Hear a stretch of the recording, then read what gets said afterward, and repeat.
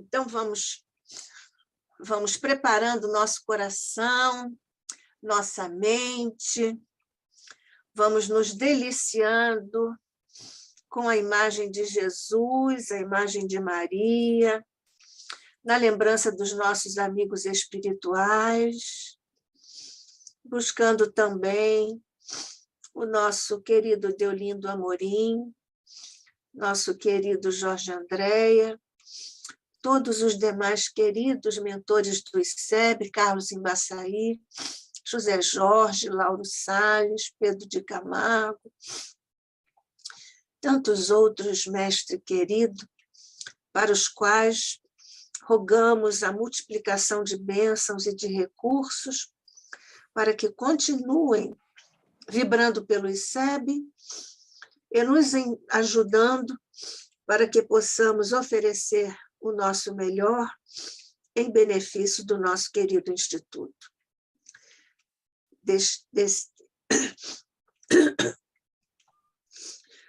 Faz Jesus descerem por sobre toda a humanidade os fluidos, as vibrações, as energias sacrossantas de tuas mãos dadivosas, por sobre todas as humanidades, por sobre todos os humanos, desafios que todos enfrentamos.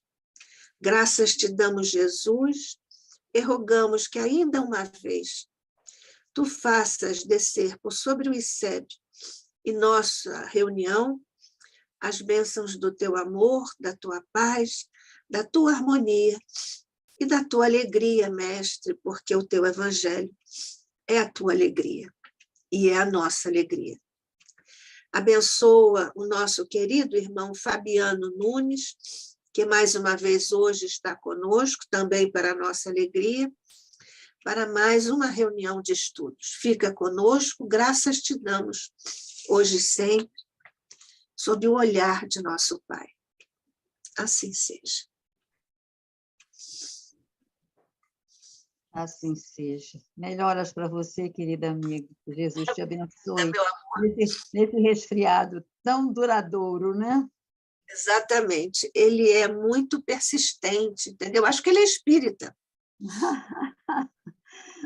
Nós também estamos aqui, mas o seu está bem demorado. O meu está. Bem, Melhor. então vamos dar... Obrigada, querida. Então, nós vamos dar início à nossa reunião com o nosso Fabiano Pereira Nunes, que é médico intensivista, participa do grupo de Estudos Espíritas Revival, é colaborador com artigos da revista Cultura Espírita, do ICEB, colaborador do programa Uma Bandeira para o Futuro, da Rádio Rio de Janeiro. Está conosco hoje para abordar um estudo sobre a revista Espírita, na edição de dezembro de 1868, com o tema, que é uma matéria dessa edição, o Espiritismo é uma religião, a propósito da sessão anual comemorativa dos mortos. Fabiano, somos todos seus. Nós vamos, então, ouvir o nosso irmão Fabiano Pereira Nunes, que vai trazer para nós hoje o estudo sobre a cura das obsessões, também na Revista Espírita, na edição de fevereiro de 1866. Fabiano, somos todos seus. Muito obrigado. Então, vamos dar continuidade ao nosso estudo. Sempre iniciando com aquela... Eu estou com um probleminha aqui da barrinha, deixa eu tentar minimizar a barra.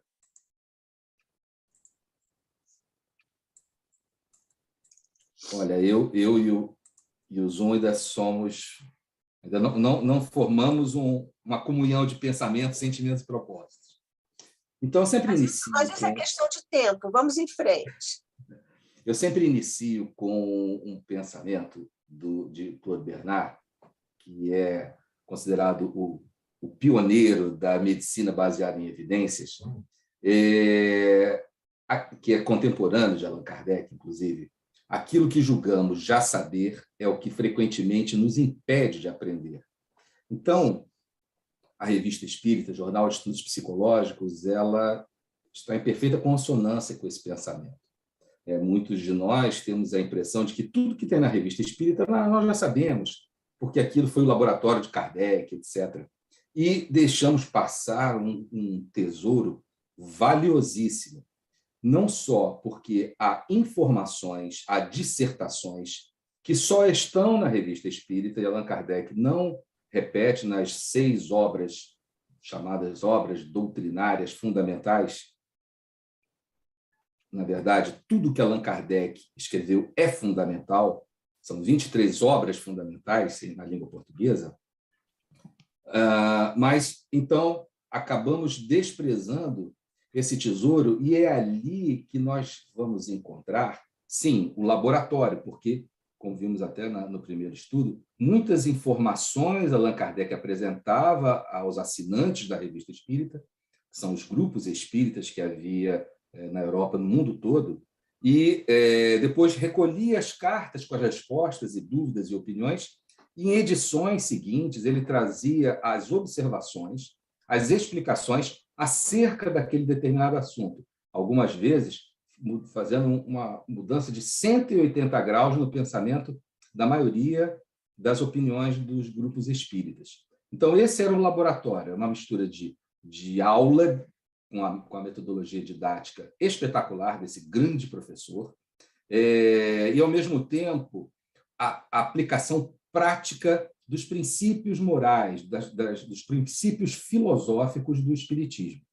Então, nós temos nas obras, chamadas 6 obras fundamentais, porque o que é o Espiritismo é a primeira obra que deve ser lida, os conceitos, as dissertações, a fundamentação, os princípios, e na Revista Espírita, os casos práticos e a aplicação prática desses conceitos, desses princípios. Bem, só recordando, nós fizemos uma passagem citando a evolução de um determinado pensamento, que era a questão da obsessão simples, da fascinação, da subjugação e da possessão. Né? Um determinado estudo, a propósito, a epidemia demoníaca de Saboia. Foi uma situação onde uma comunidade inteira ficou com um quadro absolutamente impressionante.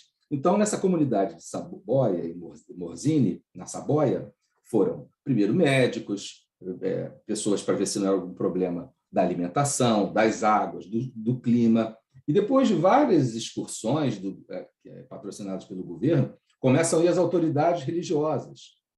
Então, eles, não encontrando nenhuma causa física, nenhuma causa para o problema que acontecia em Morzine, eles levantam a possibilidade de ser uma epidemia de demônios, uma epidemia coletiva, e Allan Kardec ele vai fazendo o estudo dessa epidemia de Saboia, epidemia obsessiva. Então, Revista Espírita de 1862, são dois fascículos de 1862 sobre essas informações.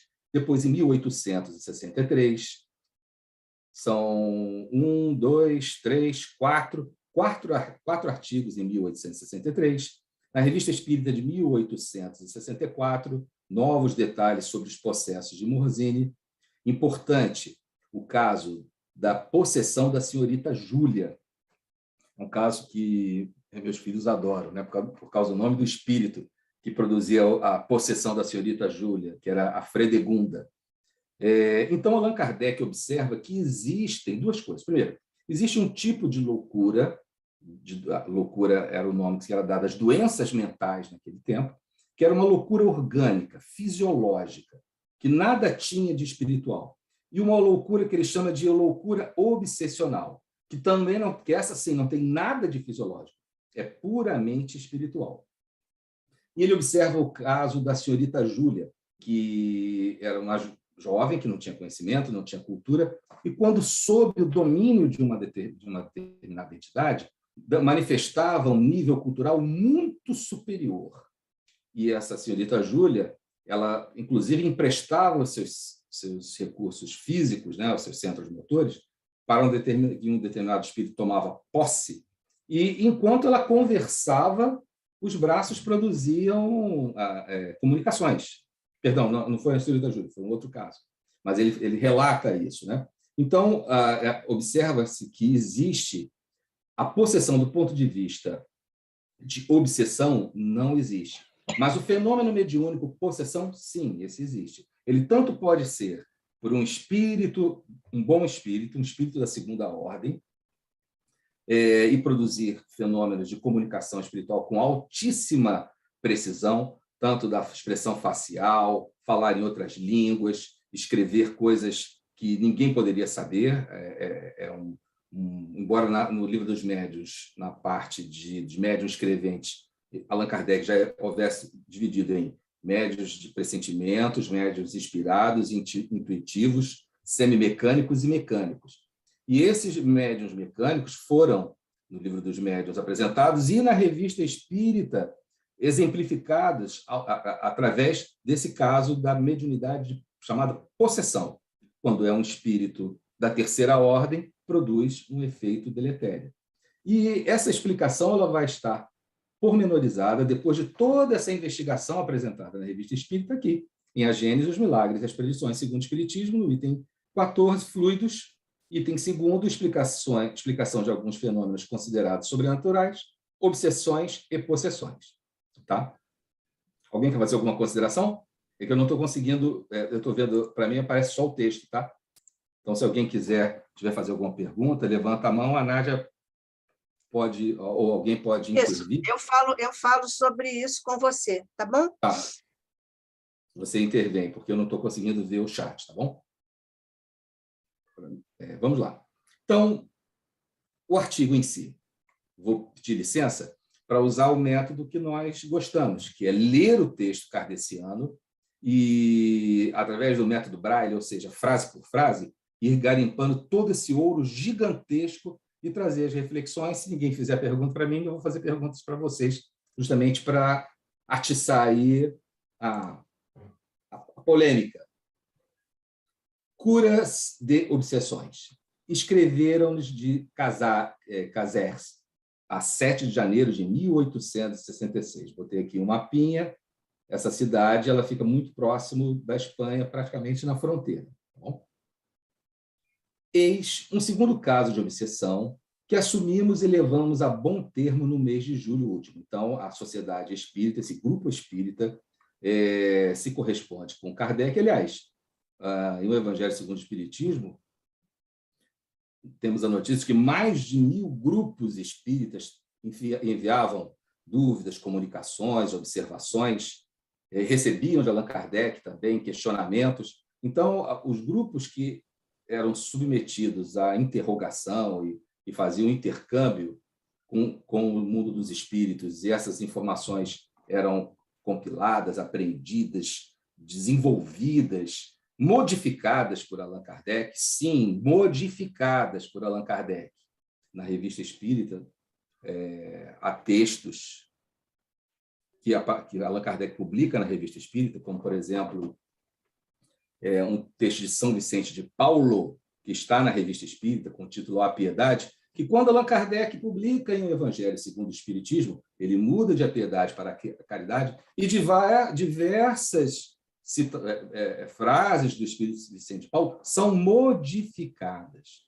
Então, achar que Allan Kardec era só um secretário que recolhia tudo, escolhia o que era melhor e publicava, é um erro enorme. Não só essa questão, não. São várias e várias e várias e várias. E ele mesmo diz que no silêncio e do recolhimento é que muitas das vezes ele remodelou as questões do Livro dos Espíritos. Sim, remodelou as questões, não só na sua forma, como no seu conteúdo. Então, a doutrina ela dos espíritos, mas na Terra, conforme diz o Espírito Santo Agostinho, ela tinha um chefe, e ela precisava ter um chefe. Explica Santo Agostinho no artigo que é Sociedade Espírita de Constança, Sociedade Espírita Constantina. O Espírito Santo Agostinho explica que para a raiz penetrar na terra árida, na terra desértica, e a raiz é a moral cristã, é a doutrina do Cristo, ela precisa de um tronco robusto, sólido, mas só um tronco. Deste tronco, que o Espírito Santo Agostinho diz, é o chefe do espiritismo, que vocês conhecem, ele está aqui, é Allan Kardec, partem os galhos desse tronco. Se os galhos estiverem ligados ao tronco, elas vão receber a seiva que vem das raízes e passa pelo tronco. Se esses galhos forem cortados, eles deixarão de receber a seiva. Então, as flores, os frutos e as folhas irão desaparecer, irão morrer, irão ressecar. Então, a mensagem está na Revista Espírita, não me lembro a data, mas o título é Sociedade Espírita Constantina, a propósito do grupo de Constantinopla, que queria pedir ao Allan Kardec que conversasse com Santo Agostinho, convidando-o a ser o patrono daquela sociedade espírita na África. Eis o segundo caso de obsessão que assumimos e levamos a bom termo no mês de julho. A obsedada tinha 22 anos, gozava de saúde perfeita, apesar disso, de repente, foi acometida de um acesso de loucura. Então, veja, essa idade aqui, 22 anos, é a idade que começa a surgir as doenças mentais. Entre os 20 anos e 50 anos, as doenças mentais graves, elas se manifestam, seja ela a paranoia, a esquizofrenia, a psicose, aquelas derivações, os subtipos da esquizofrenia. A idade em que elas começam a se manifestar normalmente é em torno dos 20 anos e vai até mais ou menos os 50 anos de idade. A partir dos 50 anos de idade, uma doença psiquiátrica que se manifeste, ela sugere que não seja só uma doença psiquiátrica, pode ter um problema orgânico por trás dessa doença psiquiátrica. Por exemplo, como a gente sempre conversa, algum tipo de demência, ou algumas outras doenças neurológicas que produzem essas manifestações, né, que parecem ser uma doença psiquiátrica, mas a medicina não é 100%, não é matemática, né? São só números gerais, entre os 20 e os 50 anos. Então, tinha tudo para ser realmente uma doença mental. E é assim, a pessoa goza de boa saúde, tem uma vida absolutamente normal, mas tem um histórico familiar, isso é muito importante, né? O histórico familiar de doença psiquiátrica grave na família, e aos 20, 25, 30 anos ela se manifesta e às vezes surpreende a família. Às vezes não, sempre surpreende a família. Seus pais a tratavam com médicos, mas inutilmente, pois o mal, em vez de desaparecer, tornava-se cada vez mais intenso, a ponto de, durante as crises, ser impossível contê-la. Vendo isso, os pais, a conselho dos médicos, obtiveram sua internação num hospício, onde seu estado não apresentou qualquer melhora. Só uma dúvida, alguém chegou a ver o filme O Baile das Loucas na plataforma de streaming ou leu o livro O Baile das Loucas? Só por curiosidade. Hã? Não? Bem, acho que não. Vocês estão me ouvindo? Nós estamos ouvindo. Ah, tá bom. É o seguinte, no filme da televisão, a causa da internação, embora mostre ela tendo contato com o espiritismo, etc., a moça, a personagem principal, parece que a internação dela havia sido por causa da sua postura social, por ser uma jovem francesa muito avançada, mas no livro não.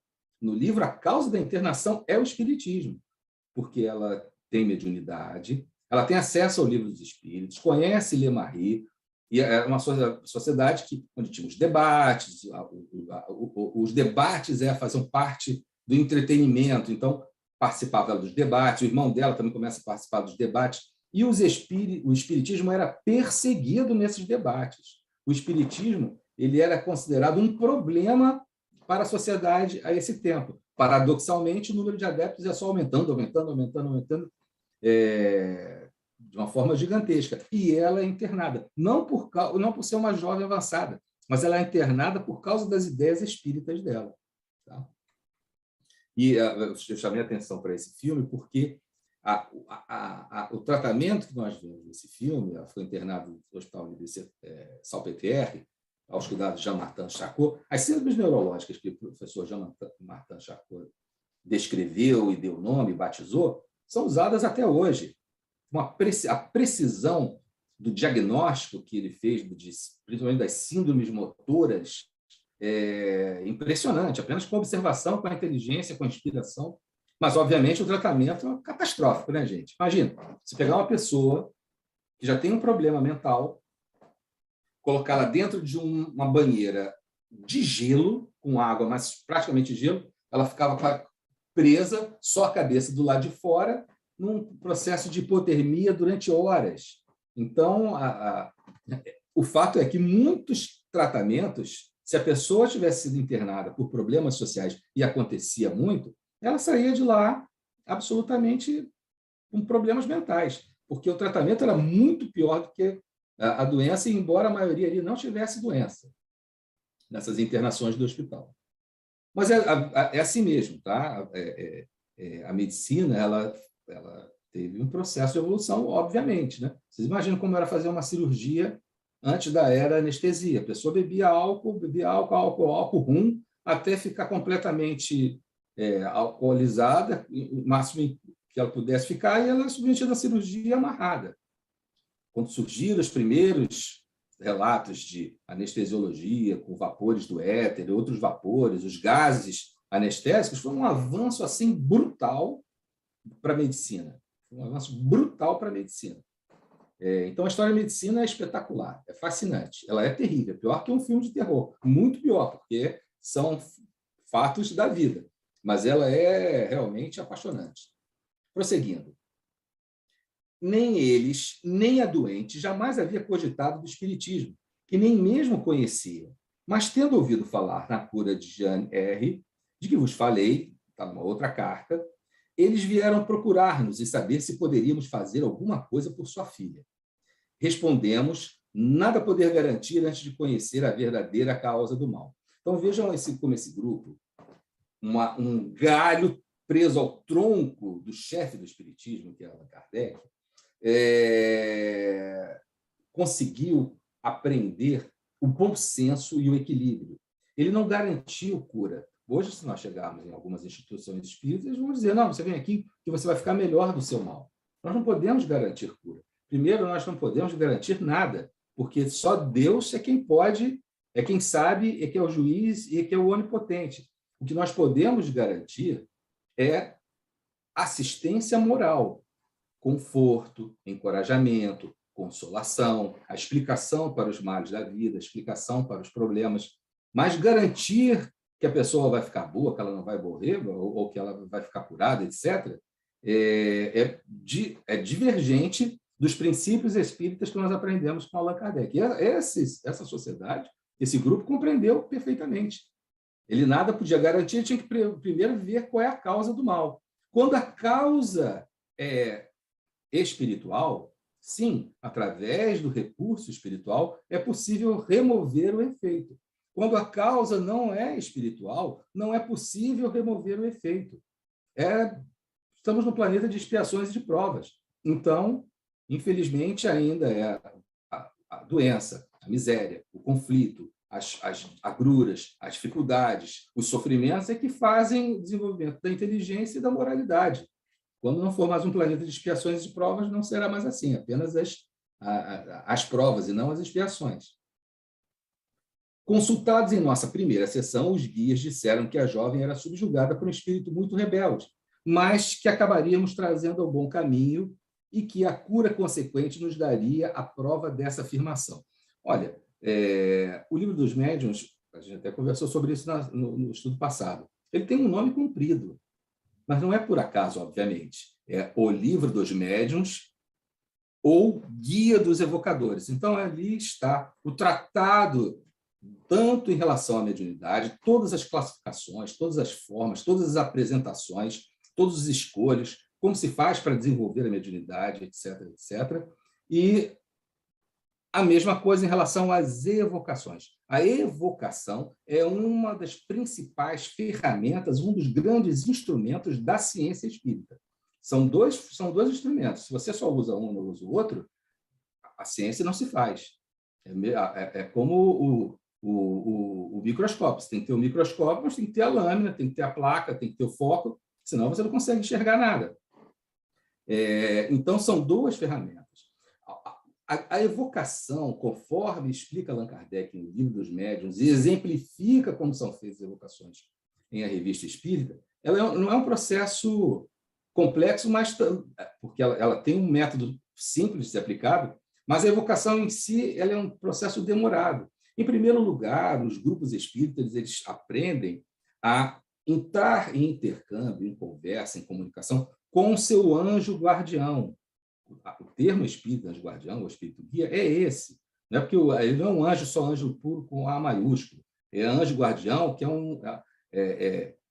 deixa de ser substantivo e adjetivo e passa a ser um nome próprio. O anjo guardião é um espírito de uma ordem superior à nossa, ou seja, nós somos de terceira ordem, é um espírito da segunda ordem. Para os espíritos superiores que encarnam, o anjo guardião deles é um espírito da primeira ordem, ou seja, o espírito puro. Por isso que Allan Kardec tinha como guia espiritual o espírito de verdade. Mas a primeira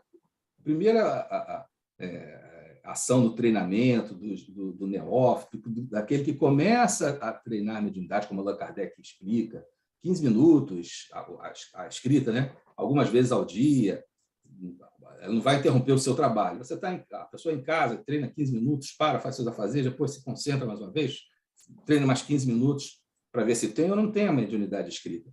Mas a evocação também ela precisa de treinamento, porque é preciso que o evocador aprenda a evocar o anjo guardião dos médiuns, dialogar com o anjo guardião dos médiuns, dialogar com o anjo guardião do grupo, porque esses processos de evocação só de espíritos que não são os anjos guardiães, os espíritos guias do médium e do grupo, eles precisam da aprovação do grupo, do anjo guardião do trabalho.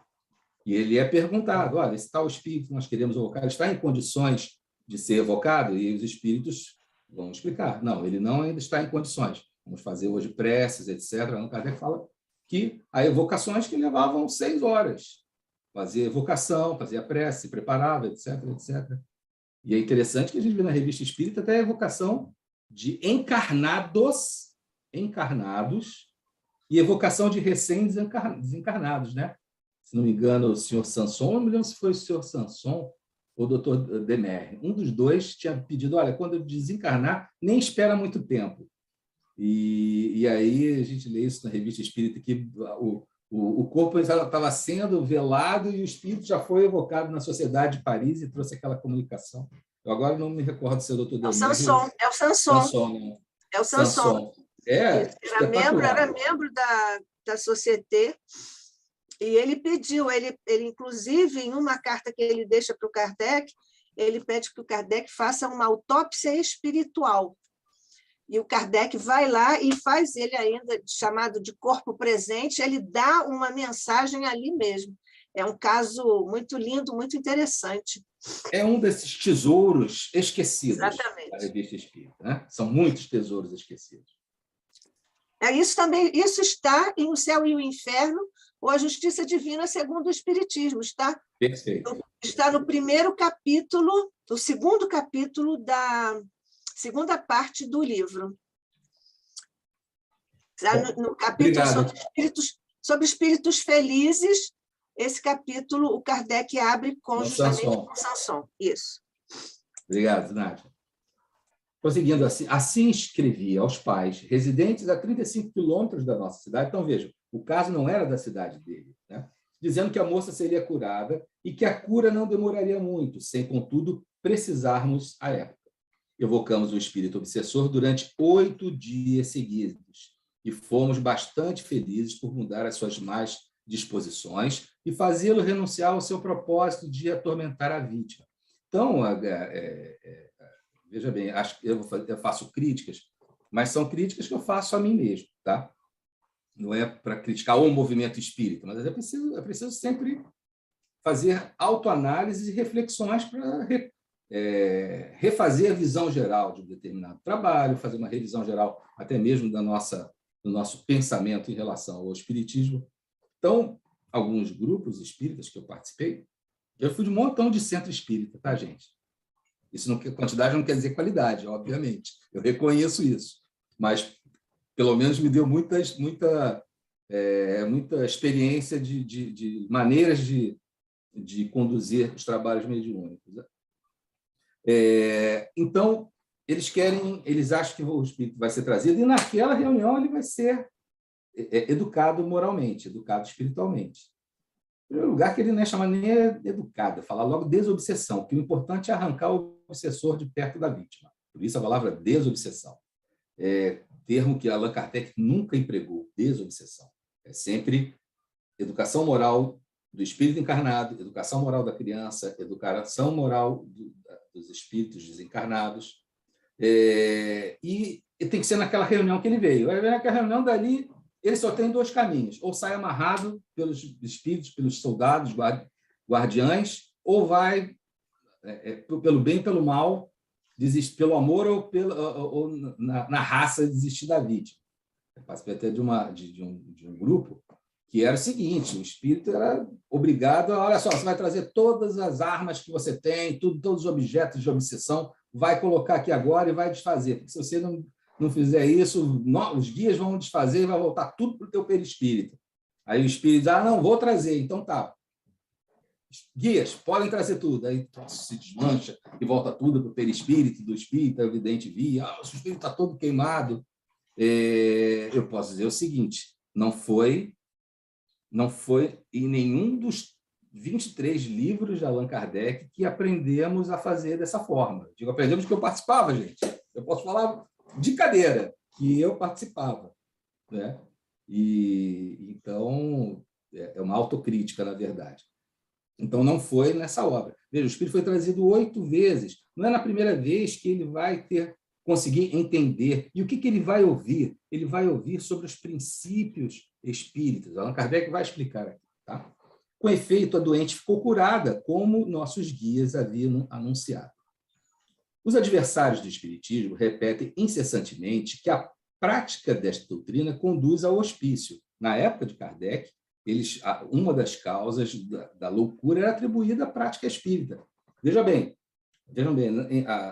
no Brasil, até mais ou menos a década de 70, também o espiritismo, a prática espírita, era considerada como uma das causas, uma das origens, um dos fatores que levavam aos distúrbios mentais. Então, o espiritismo ele era perseguido, sim, pelas sociedades de psiquiatria e pelos psiquiatras. Isso é histórico. Tá? E, veja, eles não faziam isso porque eram maus, mas porque a ciência ela se baseia na matéria. Ela não se baseia em princípios espirituais. Ela não se baseia... Sempre existiram os psiquiatras que eram espíritas, e, obviamente, esses tinham uma visão diferenciada. Mas as sociedades médicas encaravam o espiritismo como uma das causas de transtornos mentais. Tá? Não estou dizendo não é obsessão, não. O simples fato de exercer mediunidade. Hoje, não. Hoje está muito bem identificado. Se a pessoa vê outra pessoa, se ela ouve vozes, se ela tem visões, mas essas visões, o que ela ouve, o que ela diz ter recebido, os espíritos que ela diz incorporar, os processos de trânsito, se elas estiverem relacionadas à sua cultura local ou à sua religião, não são consideradas doenças. Ela sai fora das classificações de doença, tanto os manuais de classificação, é tipo o CID, né? O Código de Doenças, também tem um Código de Doenças Mentais. Ele não entra nos códigos de doenças mentais, ele só entra em Código de Doença Mental, então, se não estiver contextualizado numa religião, numa cultura, numa determinada prática social. Do ponto de vista prático, como é que a gente,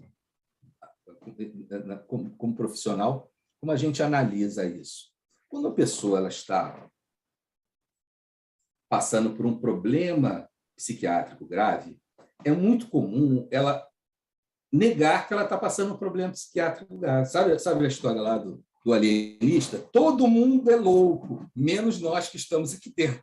Nós somos os normais e todo mundo lá fora é louco. Então, a pessoa que está passando por um problema mental, ela acha que ela não está passando por um problema mental, não. Se ela ouve uma voz dizendo que ela está sendo perseguida, que tem um chip que vai ser posto na cabeça dela, que ela está sendo, o pensamento dela está sendo monitorado, está sendo controlado, ela não para e pensa assim, poxa, esse pensamento é estranho, que voz esquisita, ela me disse algo muito esquisito, muito estranho. Eu devo estar ficando louco. Isso é normal, preciso de ajuda porque eu estou ouvindo uma coisa esquisita. Essa capacidade de reconhecer que algo não está normal pode até ser uma doença psiquiátrica, até pode, mas ela está numa fase tão inicial que ela identifica que um processo anormal está acontecendo com a sua mente. Ela sente que aquilo não é bom, que ela não via aquilo, que ela não sentia aquilo, que ela não ouvia aquelas coisas, então ela toma uma... E quando ela está numa fase normal, ela diz assim, nossa, é isso daí que eu fiz? Eu não sei por que eu fiz, eu não queria fazer, mas acabei fazendo. Então, quando os casos são muito claros, tem essa separação. A pessoa com um problema psiquiátrico grave, ela acha mesmo que tem alguém que vai matá-la. Não, tem uma pessoa que está me perseguindo e ela vai me matar. E ela fica tomando conta, ela colocou escutas aqui na casa, ela não tem dúvidas se aquela visão, aquela audição, aquela ilusão, alucinação do delírio, são falsos ou não. Ela tem certeza que é verdadeiro. Ao passo que a pessoa que ainda está com um grau de equilíbrio, de saúde, ou que seja um processo de interferência, ela percebe, ela sente que tem alguma coisa que não está normal, que isso não é normal, que algo pode estar acontecendo, e ela fala assim, eu acho que estou precisando de ajuda. E pede, muitas vezes, ajuda. Vocês querem perguntar alguma coisa, falar alguma coisa? Não? Não, ninguém. Tá bom. Na verdade, existe aqui uma perguntinha no chat. É você, Rosa? Não, eu posso fazer só uma observação? Sim, por favor. Só para lembrar que no CID, aquele Código Internacional de Doenças Médicas, existe já um CID específico que diferencia os problemas psiquiátricos da mediunidade. Tá? Existe um CID que específico para isso, para o transe mediúnico. Tá? Que aí você separa o que está relacionado ao espiritismo, né? Ou outra religião em que também haja transes mediúnicos e os problemas psiquiátricos em si. Era só... Não, isso é importante. E no DSM, né, que é um dicionário de saúde mental, também tem essa separação. Quando está relacionado a culto, a cultura, ele não pode ser classificado como uma doença mental. Isso. Os adversários do espiritismo repetem incessantemente que a prática desta doutrina conduz ao hospício. Ora, nós lhe podemos dizer, nesta circunstância, que o espiritismo faz sair aqueles que haviam entrado. Vejam, qual é a característica da loucura obsessional? Vamos lá. Agora é Allan Kardec quem escreve, não é mais a carta. Entre mil outros, este fato é uma nova prova da existência da loucura obsessional, cuja causa é totalmente diferente da causa da loucura patológica, e ante a qual a ciência falhará enquanto se obstinar em negar o elemento espiritual e sua influência sobre a organização fisiológica. Então, veja, Allan Kardec ele separa a loucura obsessional. Ela tem a seguinte característica: uma vez que o processo de obsessão grave, que o perseguidor se afasta, a pessoa fica normal, ela volta ao seu estado normal. Removendo-se a causa, os efeitos ainda podem ser os fluidos deletérios, os fluidos enfermiços, mas haverá recuperação. Mas a doença mental, ela desaparece. Eu até comentei com vocês um caso que a gente acompanhou, era garoto, tinha uns 17 anos, e nós fomos na casa de uma jovenzinha que estava no estado catatônico já com aquela face catatônica, não falava, não comia, não se alimentava, e aí o grupo vai lá com o professor Roberto, até que já desencarnou jovem até, com o grupo, ele fez a prece, a gente cantou, etc., mas ela catatônica. Em determinado momento, ela começou a vomitou uma coisa preta, eu novinho, começando ainda a ver esses acontecimentos sobrenaturais, fiquei apavorado. Falei, pô, essa menina vai morrer, está vomitando um troço preto brabo. E aí, no grupo espírita do Roberto, eu acho que ele era até da Casa de Jesus, lá na Tijuca, se não me falha a memória. E aí o espírito foi educado, etc. Poxa, 8 dias depois, no sábado seguinte, no nosso grupo espírita lá da Tijuca, nosso Juventude Espírita da Tijuca, a jovem fez, olha, gente, 8 dias depois, ela tomava remédio psiquiátrico, ela estava na fase catatônica, em determinadas doenças psiquiátricas, quando entra naquele estado catatônico, demora muito para se recuperar.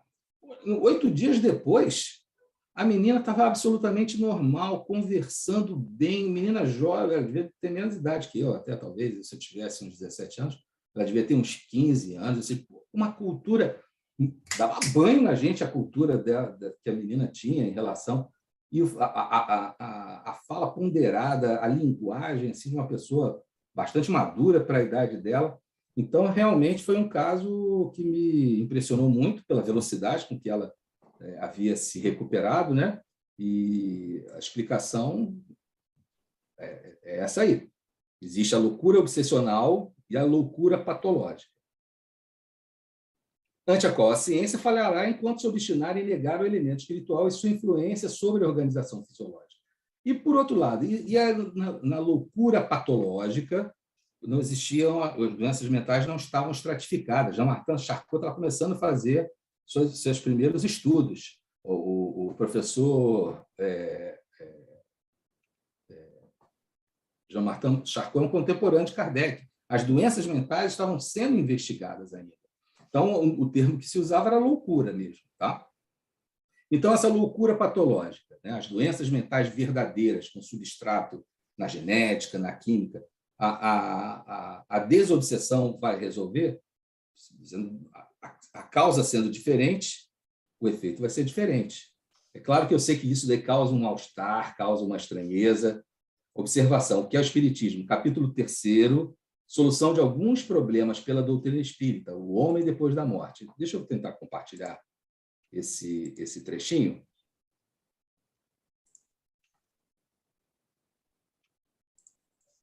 Deixa eu ver se eu consigo compartilhar. Compartilhei o que é o Espiritismo? Sim, é o 154. Isso. Qual, na outra vida, o estado intelectual e moral da alma da criança morta em tenra idade? Suas faculdades conservam-se na infância como durante a vida? Questão muito simples. A criança falece, o que ela é depois que ela falece? Ela é uma criança? Ela é uma criancinha ainda? Explica Allan Kardec. O incompleto desenvolvimento dos órgãos da criança não dava ao espírito a liberdade de se manifestar completamente. A infância ela é um processo cerebral. Por que é um processo cerebral? Todos os animais já nascem prontos para fugir do seu predador ou para lutar, de alguma maneira. O cérebro dos animais, ele se desenvolve muito pouco depois do nascimento. Mas o nosso cérebro é muito grande. Então, a estratégia evolucionária na espécie humana foi: o cérebro nasce pequenininho, né? O cérebro, no nono mês, ele está pequenininho, mal desenvolvido, os ossos estão todos soltos da cabeça, tudo mole, tá? Não é só a moleira que é molinha, não. Os ossos do crânio estão soltos, então o cérebro é esmagado quando ele passa pelo canal vaginal e depois tem gente que fica até com a cabeça meio picudinha no começo, depois ele volta ao normal. Com a produção do líquor, ele se ajeita ali, fica tudo redondinho. Mas o desenvolvimento do cérebro vai acontecer ao longo de anos, né? São 7 anos, não, 7 anos, mais de 7 anos. Né? Ele termina mesmo na adolescência, na pré-adolescência, na adolescência. Mas o desenvolvimento cerebral é muito lento. Enquanto esse desenvolvimento cerebral vai acontecendo, o cérebro ainda está em formação, o espírito não pode se manifestar. A infância é um processo cerebral. O espírito, tem vários casos na revista espírita, no momento do sono, ele pode, se a influência da matéria é muito intensa sobre ele vai continuar achando que é uma criança. Mas alguns espíritos, no momento do sono, assumem a sua posição de um espírito milenar, porque a infância é um processo cerebral. Então, está aqui a explicação. Incompleto desenvolvimento dos órgãos, da criança não dava ao espírito a liberdade de se manifestar completamente. Livre desse invólucro, suas faculdades são o que eram antes da sua encarnação. O espírito, não tendo feito mais que passar alguns instantes na vida, não sofre modificações nas suas faculdades. Observação de Allan Kardec. Nas comunicações espíritas, o espírito de um menino pode, pois, falar como adulto, porque pode ser espírito adiantado. Algumas vezes adota a linguagem infantil. É para não tirar à mãe o encanto que sempre dá, que sempre está ligado à afeição de um ente frágil, delicado e adornado com as graças da inocência. E Allan Kardec recomenda ver a Revista Espírita de 1858, página 17, Mère, je suis là. Eu acho que é Mamãe, Estou Aqui. O que é esse espírito? Ele era o guia da família. Ele era um guia da família, ele encarna e já sabia que era para viver pouco tempo, porque ele era o guia espiritual da família. E ele fica por pouco tempo e desencarna. Ele se apresenta como uma criança, mas ele era o guia, o espírito protetor daquela família. Revista Espírita, 1858. Mamãe, Estou Aqui. Agora, essa observação. Podendo a mesma questão ser formulada acerca do estado intelectual da alma dos imbecis, idiotas, vejam bem, as doenças neurológicas, como a trissomia do 21, outras doenças neurológicas, cri do chá, Patô, todas essas doenças que trazem uma deficiência intelectual não eram conhecidas, não eram bem estudadas. Então, esse era o nome das doenças, não era adjetivo, era substantivo. Imbecilidade e idiotia, essas doenças neurológicas, como, por exemplo, a trissomia do 21, conhecida como síndrome de Down. E loucos depois da sua morte. Encontra-se a solução no que procede, ou seja, a doença mental da loucura orgânica, das doenças orgânicas, assim como as doenças neurológicas, após a desencarnação, como elas estão no corpo, elas desaparecem, porque o espírito não fica doente. O espírito não fica doente. Ele fica atrasado moralmente, ele sofre, ele tem mais a doença, as doenças do corpo não estão no espírito. Ok? Podem mandar a bomba. Estou pronto. Quem vai? Não? Vai. Não há nenhuma. Quando houver alguma pergunta, eu te repasso. Então tá, tudo bem. Se você tivesse alguma informação, eu fiquei curiosa quando você disse que o cérebro, fez essa comparação do cérebro humano com o dos animais, etc. Quando, então, os animais nascem, o cérebro não sofre essa contração, digamos assim, que você mencionou quando o que ocorre com os humanos? Você tem essa informação? Em relação ao canal do nascimento, não há tanta desproporção, porque são animais são grandes, né? São grandes. O útero humano, o canal vaginal humano são pequenos. É claro que ele sofre toda uma alteração hormonal, ganha uma super elasticidade, o colo do útero apaga, desaparece, abre espaço, tudo isso acontece. Mas se o cérebro já tivesse um pouquinho mais formado, não passaria. Não passaria. Mas dos animais, como o cérebro ele vai se desenvolver pouco depois do nascimento, ele já nasce com o cérebro praticamente todo formado. Ele já nasce com o cérebro praticamente todo formado. Por isso que alguns animais, horas, uma semana depois do nascimento, já conseguem correr mais rápido que a maioria dos predadores, se eles não tiverem algum problema físico. Algumas serpentes já nascem com veneno pronto para atacar. O jacarezinho lá, sai do ovo, ele já é predador dos insetos, predador feroz dos insetos, porque ele tem uma vida mais instintiva, as emoções dele estão relacionadas às estruturas cerebrais, relacionadas ao comportamento emocional, que é o sistema límbico, e as estruturas cerebrais relacionadas aos instintos. Há uma correlação, comportamento emocional e instintos, né? O cérebro humano, ele nasce sem capacidade de defesa, uma capacidade de defesa, assim, entre aspas, né? Por quê? Lá no Livro dos Espíritos, não me recordo a questão, nos é explicado que o choro da criança marca a entrada dele no mundo dos vivos. O choro da criança ele é mais alto, isso em decibéis medido, tá? Que uma britadeira, medido com um aparelho do lado da britadeira. Por que esse choro alto é o ganho evolucionário da criança?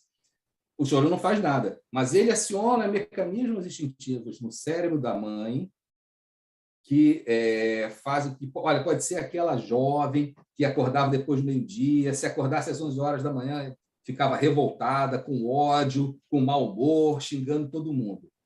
Se ela engravidar e tiver um filho, se o filho chorar às 5 da manhã, a natureza vai fazer ela levantar, e ela vai levantar e a ocitocina já começa a ser liberada e já começa a pingar leite. Tudo por causa da ação do choro no aparelho auditivo, nas estruturas instintivas. Ela vai até com sono, tá? Ela vai, mesmo com sono, a ocitocina vai sendo liberada e o leite já vai pingando. É claro que a ocitocina tem um grande problema. O concorrente da ocitocina é justamente a adrenalina. Então, nós, as mães da vida urbana, do estresse, da ansiedade, do caos urbano, tem muita adrenalina, então eles competem com a ocitocina, então a gente vê dificuldade de amamentação, dificuldade de assim, a mulher tem pouco leite, porque a adrenalina está muito alta, compete com a ocitocina. Mas aí, quando começa o processo de amamentação, já se libera um outro hormônio que faz diminuir a ferocidade do macho. Isso em todas as espécies. Do leão. O leão fica lá mansinho enquanto os filhotinhos estão amamentando. E na espécie humana a gente não tem essa percepção, mas também produz um efeito. Então, ficar do lado da amamentação, ele produz um efeito sedativo, antiestressante, né? Tem um efeito positivo. Então, existe um mecanismo evolucionário também na espécie humana. A gente não foi abandonado pela evolução natural, não. Tá? Então, os animais eles fazem um desenvolvimento menor e o tamanho do cérebro é suficiente para passar, mas todos os crânios nascem com os ossos ainda soltos, né? Eles depois fazem a chamada síntese dessa parte que é puramente cartilaginosa. A do bebê dura um pouco mais de tempo, que ela a moleira demora lá uns 6 meses, né? Se não falha a memória, para fechar. Não fica totalmente fechada. Na radiografia, você ainda fica vendo ali o tecido cartilaginoso por muito tempo, né? Prosseguindo no artigo. Fabiano, você falou aí sobre a ativação do cérebro materno diante do choro, né, do bebê, né? Um colega nosso da UF, neonatalista, uma vez ele me disse que a mãe está, por exemplo, no hospital, a mãe está no quarto e o bebê está lá no berçário, com muitos bebês. Podem estar muitos chorando, mas a mãe vai lá e reconhece o choro do bebê, no meio de vários choros. Fácil. Mas, veja bem, para isso, ela tem que ter sido exposta ao primeiro choro. Como é que a natureza faz? Você olha a zebra, é tudo igual, não é isso? E, realmente, aparentemente, é tudo igual. Quando nasce a zebrinha, a mãe fica horas na frente dela, para que o cérebro dela rapidamente aprenda qual é o código de barra da mãe. Então, no meio daquela zebraiada toda, cheio de risquinho preto, a zebrinha filhote olha, ela não se perde da sua verdadeira mãe. Então, quando a criança chora, ela tem um timbre diferente, ela tem uma intensidade diferente. E até a própria ocitocina que produz esse fenômeno de memória. Então, mas também mais ou menos é o seguinte, isso nem todas vão conseguir ter esse ouvido, né, musical. A maioria é acionada pelo choro de outra pessoa também. Mas esse fato existe e é relatado. A pessoa saber o seguinte, é a fulana. Quando os meus filhos nasceram, a primeira coisa que eu fiz foi olhar bem, cheirar, olhar, não sei o quê. Falei assim, pode deixar no meio de 100. Eu acho fácil. Eu acho de primeira. Pode botar todo mundo juntinho. Criança recém-nascida, quem não conhece, acha que é tudo igual, né? Todo mundo com aquela cara amarrotada, inchada, né? E feia. Mas eu fiz isso. Eu fui com um bom selvagem, olhei, cheirei, é aqui, está assim, assim. Era uma época boa em que o pai podia pegar a criança e levar a criança da sala de parto até o berçário. Agora não pode, tem que ir no carrinho, senão a criança pode cair. Quantas no mundo caíram das mãos dos pais? Acho que aconteceu uma vez.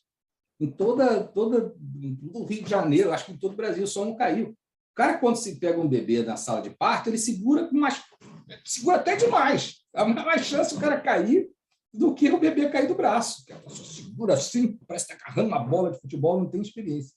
O pediatra vem assim, com a mãozinha só, uhul! Né? Mas, enfim, vamos prosseguir aqui.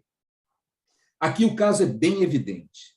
Eis uma jovem, Kardec escrevendo, não é mais a carta, de tal modo apresentando os caracteres da loucura, a ponto de se enganarem os médicos, que é curada a léguas de distância por pessoas que jamais a viram, sem nenhum medicamento ou tratamento médico, apenas pela moralização do espírito obsessor.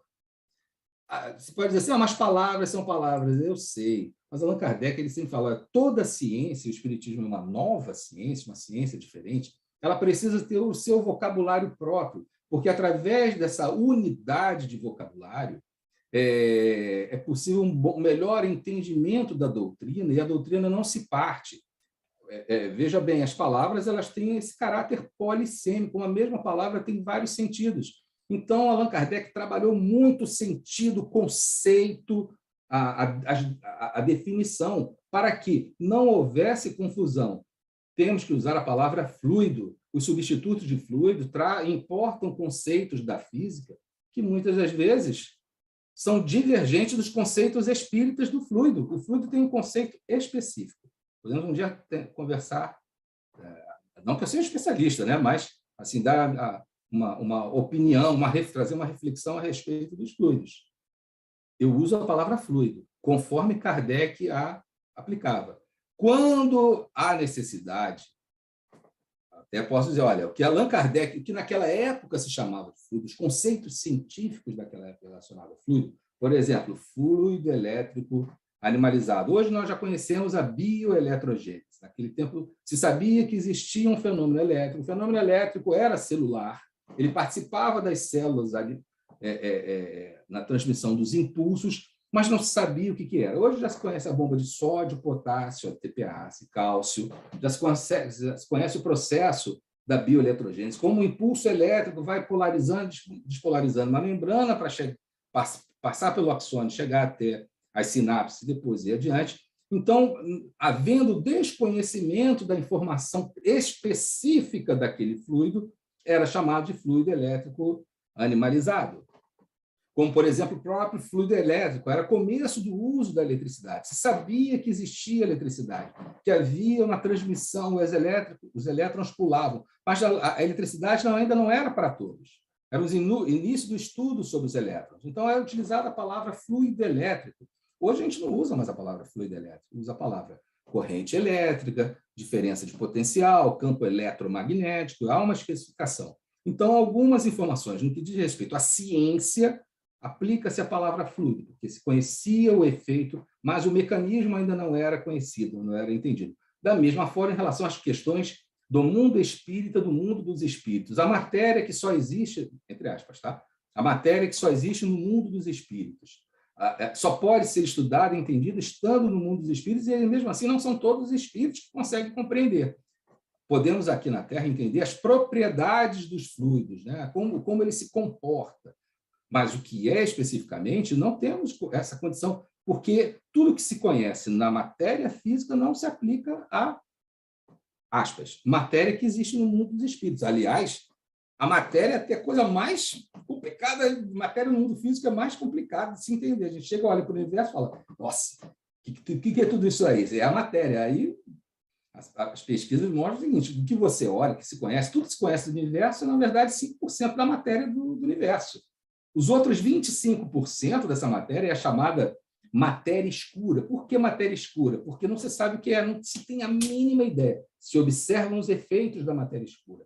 Os efeitos são observados pelos radiotelescópios poderosos. Existe uma matéria escura, mas se usa a palavra matéria por falta de nome melhor, e escura por falta de nome melhor, mas se sabe que existe algo. O que é esse algo? Não se sabe, e o nome é matéria escura. Mas a matéria conhecida e a matéria escura são só 30% do universo. E o resto do universo, o que é? eles chamam de energia escura. É energia como nós conhecemos? Não é energia como nós conhecemos. É escura? Também não é escura. Não conseguimos captar com os olhos, não captamos com os instrumentos, não captamos com os efeitos. Só os efeitos dessa matéria, quando a luz se transmite ao longo da galáxia, é possível, através dos cálculos, observar que existe uma matéria escura e nós estamos imersos nela, né? Porque o universo não está lá, nós estamos dentro do universo na nossa galáxia. Existe uma matéria escura, mas ela não é nem a maior parte da massa.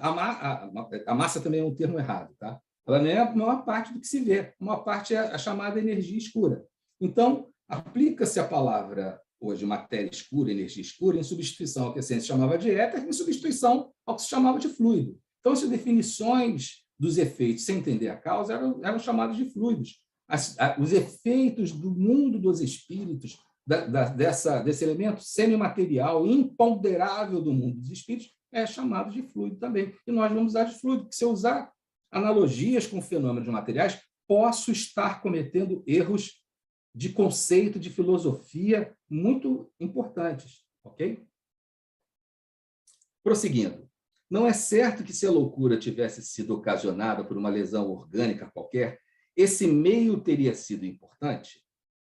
Se objetassem que essa cura espontânea pode ser devida a uma causa fortuita, responderíamos que se tivesse somente um fato para citar, sem dúvida, seria temerário daí deduzir a afirmação de um princípio tão importante, mas os exemplos de cura semelhantes são muito numerosos.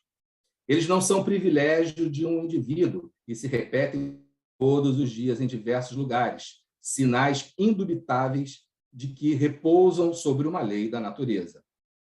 Citamos várias curas do mesmo gênero, notadamente em fevereiro de 1864 e fevereiro de 1865, que contém 2 relatos completos, eminentemente instrutivos. Eis outro fato, não menos característico, obtido do grupo de Marmande.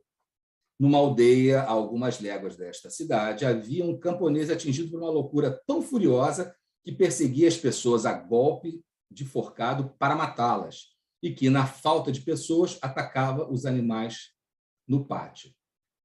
Vocês estão se lembrando do endemoniado que ficava preso e amarrado, não é? Corria incessantemente pelos campos e não voltava mais para casa. Também tem o caso do lunático, né? Do jovem lunático. Sua presença era perigosa. Assim, foi fácil obter a autorização para interná-lo no hospício de Cadillac.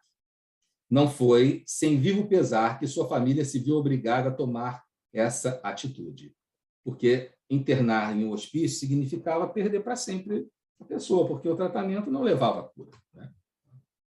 Até piorava as doenças. Antes de levá-lo, tendo um dos parentes ouvido falar das curas obtidas em Marmande, em casos semelhantes, foi procurar o senhor Dombre e lhe disse: Senhor, disseram-me que curais os loucos, por isso vim vos procurar. Depois contou-lhe de que se tratava, acrescentando: Como vedes, está tanta pena separarmos-nos desse pobre Jota, que antes eu quis ver se não havia um meio de evitar essa separação. Meu bravo homem, disse o senhor Dombre, não sei quem me dá esta reputação. É verdade que algumas vezes consegui dar razão a pobres insensatos, mas isto depende da causa da loucura. Então, vejam como os grupos que se comunicavam com Allan Kardec, só um outro parênteses aí para fazer mais uma polêmica. Nem todo mundo gosta de polêmica, tá? Eu tenho esse vício aí, que eu adoro uma polêmica. Mas, na Revista Espírita de até 1863, Allan Kardec faz uma estatística do número de espíritas no mundo baseado nas suas correspondências. Se alguém pensar assim, mas será, como é que ele acertava? Gente, ele tinha livros de matemática escritos, livros premiados de matemática. Ele era membro de sociedades de estatística da França, sociedade difícil entrar. Não era assim, deixa eu pagar, eu estou dentro. Não, você tinha que ser reconhecido como um notório saber naquela área de estatística. Ele era uma das pessoas dessa sociedade, ele era de destaque nas sociedades, inclusive sociedades estatísticas. Ele faz um levantamento estatístico que reconhece naquele tempo 5 a 6 milhões de espíritas no mundo. 5 a 6 milhões de espíritas no mundo. O Cosmar até conversou com a gente no final de semana, eu não conheço esse artigo, ele faz referência a um artigo de 1868, onde Allan Kardec já tinha feito uma estatística do número de espíritas no mundo, que estava em torno de 8 a 10 milhões de espíritas no mundo. Vejam bem, 8 a 10 milhões de espíritas numa população mundial de 2 bilhões. Hoje a população é em torno de 7 a 8 bilhões de pessoas no mundo e o número de espíritas continua os mesmos 8 a 10 milhões. Então, o espiritismo ele não só não cresceu, como ele contraiu. Nós temos uma sensação que o espiritismo cresceu muito, porque nas grandes capitais, nos grandes centros, você tem muito centro espírita, muito movimento espírita. Na Tijuca, eu brinco dizendo que tem um centro espírita por bairro, né? Eu vivi a minha vida toda na Tijuca. Tinha um centro espírita por quarteirão na Tijuca. Então, a gente tem uma sensação, nossa, quanto espírita tem? Não, mas no mundo são em torno de 8 a 9 milhões, com 8 bilhões de habitantes no planeta. Na época de Kardec, eram 8 a 10 milhões, com só 2 bilhões no planeta. Então, houve uma contração, não por culpa do espiritismo. Alguma coisa aconteceu que isso tem que ser objeto de polêmica no sentido de reflexão, entendeu por que isso aconteceu. Vejam, as estatísticas, e aí são números oficiais, mostram um avassalador crescimento do número de ateus e agnósticos no mundo.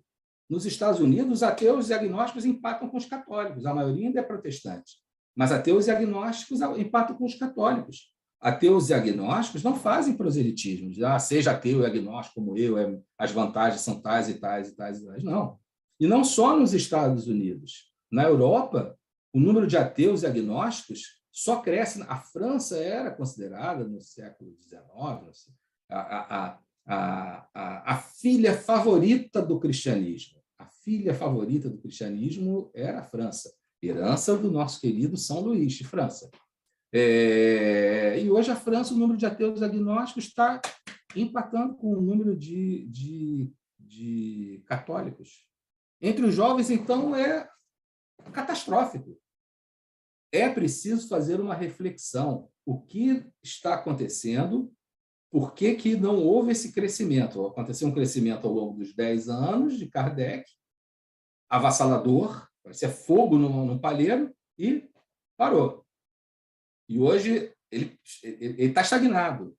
Tá? São números, são dados a serem analisados. Podem ser contestados, podem ser refutados, podem ser contraditos, né? Obviamente, como toda análise científica tem uma ideia, uma tese, uma síntese, vai receber uma antítese, elas vão bater, até que vai surgir uma tese, uma nova ideia, a dialética científica, e aquela nova ideia, por sua vez, vai receber uma antítese, e assim a ciência vai prosseguindo, nunca com uma resposta, sempre com uma nova pergunta, uma nova pergunta. Né? Prosseguindo aqui. Embora não vos conheça, não obstante, verei se vos posso ser útil. Tendo ido imediatamente com o indivíduo à casa do seu médium habitual, obteve do guia a certeza de que se tratava de uma obsessão grave, mas que com perseverança ela chegaria a termo.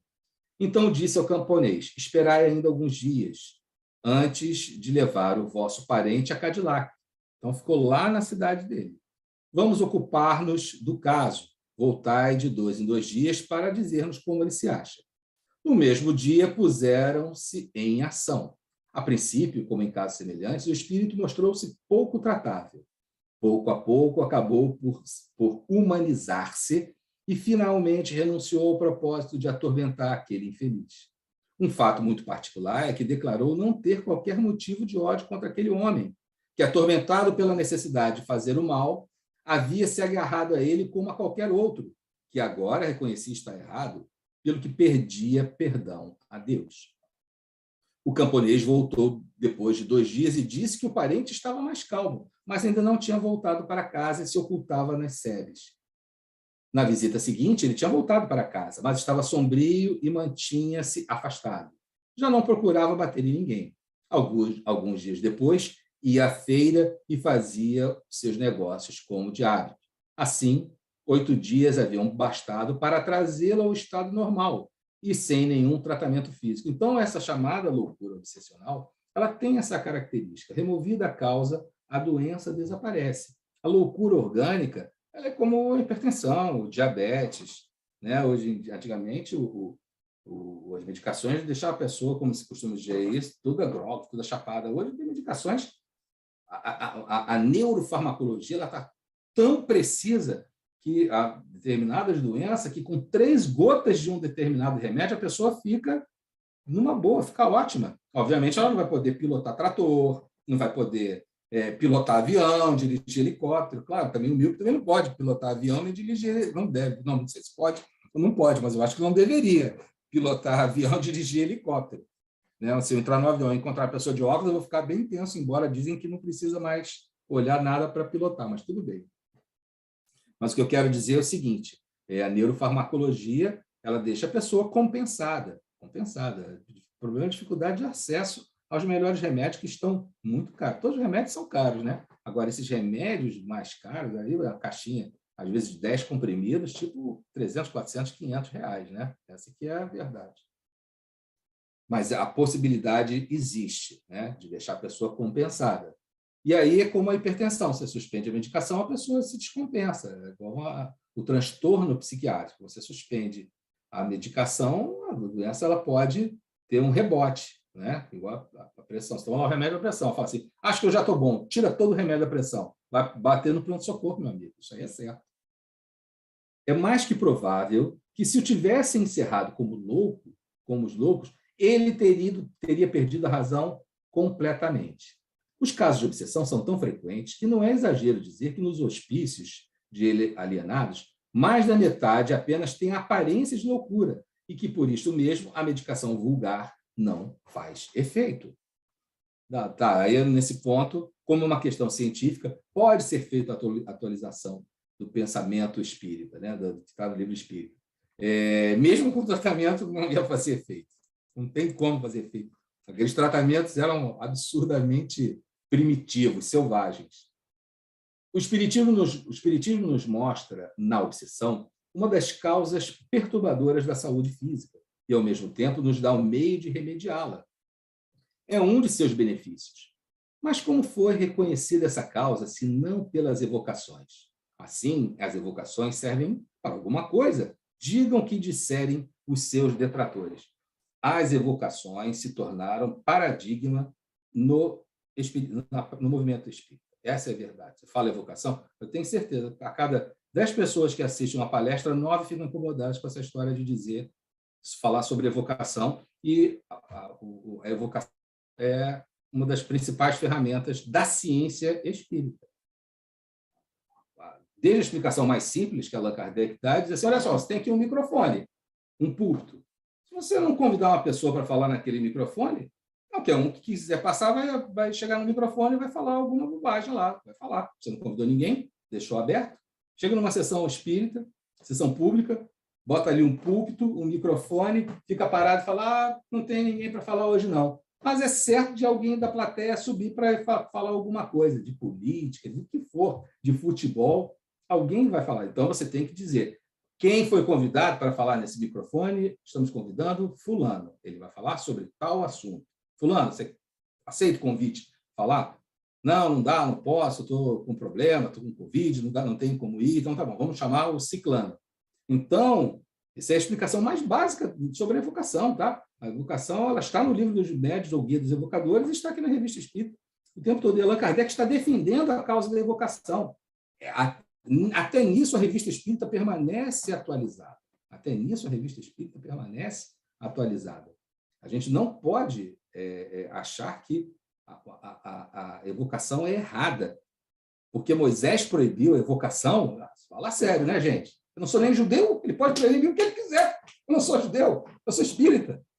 E ele nem proibiu a evocação. Ele nem proibiu a evocação. Né? Mas isso é uma outra discussão teológica. Mas, de qualquer maneira, eu não sou judeu. Allan Kardec discute essa questão da proibição da evocação de Moisés. Tá? É evidente que os que não admitem nem a alma individual. Mas aí sim, vamos cair na seguinte questão. Antes de se iniciar uma experimentação mediúnica, o que é preciso fazer? Estudar. É inadmissível a pessoa iniciar um treinamento mediúnico ao mesmo tempo em que estuda a doutrina espírita, especialmente o Livro dos Médiuns. E é um hábito que se vê. A pessoa começa uma escola de educação mediúnica, aí ela começa a estudar lá o Livro dos Espíritos, aí depois ela vai estudar o Livro dos Médiuns, aí vai, ao longo do processo das chamadas escolinhas de educação mediúnica, ela vai estudando ao mesmo tempo. Poxa, vamos lá, vamos pilotar um avião? Vamos, levanta o avião, pega aí o manual. Aula número 1, como se localizar. Não dá, né? Isso é ridículo, né? Quem vai querer pegar esse avião? Que a pessoa está aprendendo a voar no avião ao mesmo tempo em que está voando, sem a pessoa experiente. Nem um copiloto é assim. Ele aprende a voar antes de pilotar o avião. Então, a comunicação com os espíritos, o pré-requisito é, pelo menos, ter estudado o Livro dos Espíritos e o Livro dos Médiuns, pelo menos, no mínimo. Os outros livros a gente vai estudar a vida toda realmente. Mas o Evangelho, o Livro dos Espíritos e o Livro dos Médiuns é ter estudado mesmo, em profundidade. Não é assim, palestra hoje, capítulo 1 do Livro dos Espíritos, amanhã, capítulo 2. Isso não é estudar. Né? Isso aí é ter uma visão geral, en passant, né? E o pré-requisito para iniciar um trabalho de aprendizado da mediunidade. Né? Ela tem escolhos. Não existe palavra melhor do que os escolhos.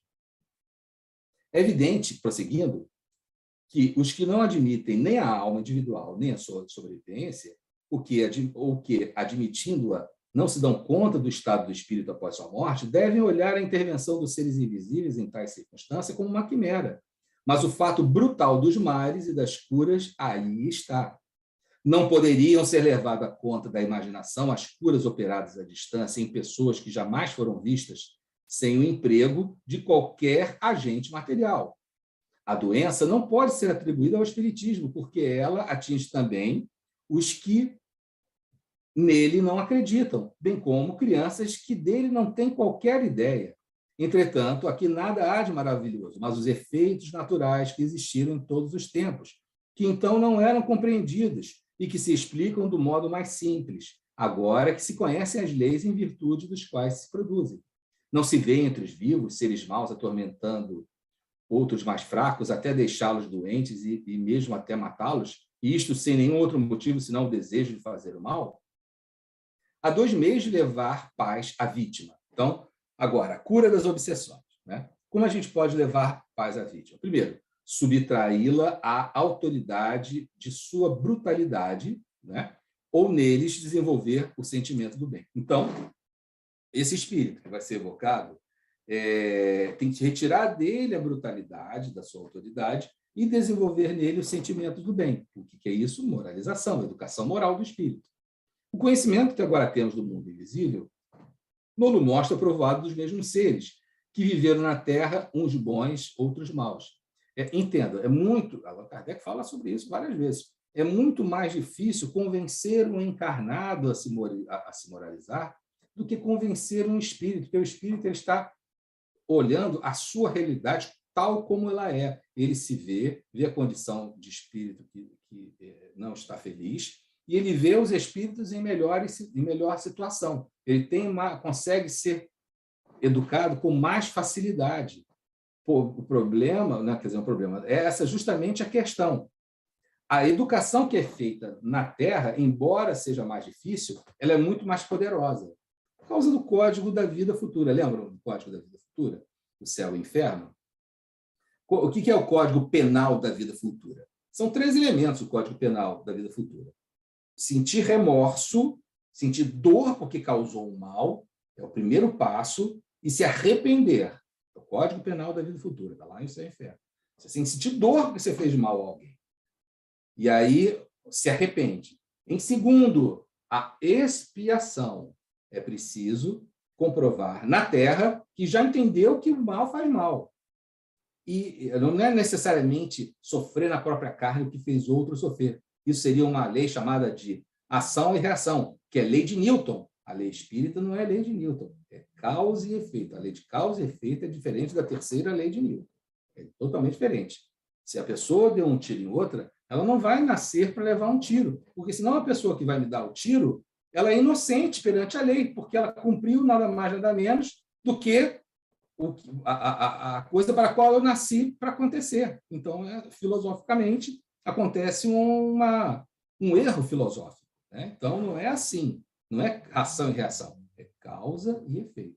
Então, é arrependimento, expiação, e a terceira, reparação. Esse é o Código Penal da Vida Futura. Ou seja, o espírito, o problema que eu causei a uma pessoa, vai ter que ser reparado para essa pessoa. E quem vai reparar? Eu mesmo. Esse é o Código Penal da Vida Futura. Qualquer coisa que se fale diferente do Código Penal da Vida Futura, filosoficamente, doutrinariamente, está furado. Criancinha, vai lá, ela morde. Sai mordendo um monte de criancinha na escola. Ela é do maternal. Lá tem 2 anos de idade, 3 anos de idade. 3 aninhos de idade, já dá para entender alguma coisa. O que ela tem que fazer? Ela tem que parar com isso. Você impede que ela pare. Ela vai pegar o coleguinha e falar assim, olha só, você mordeu seu amiguinho, vamos lá na enfermaria. A criança que mordeu é ela que vai colocar gelinho no braço da outra.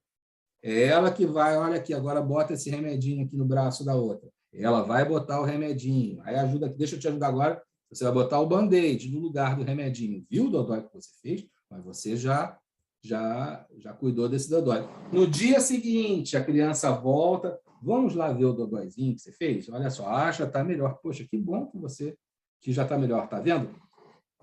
Arrependimento, expiação e reparação. Esse é o Código da Vida Futura. Arrependimento, expiação e reparação. Então, esse espírito ele vai se arrepender através do diálogo. Ele vai ter que... Ele fez o mal, então ele vai... Como é que se paga pelo mal que fez? Cara, basta estar nascendo num planeta de expiações e provas.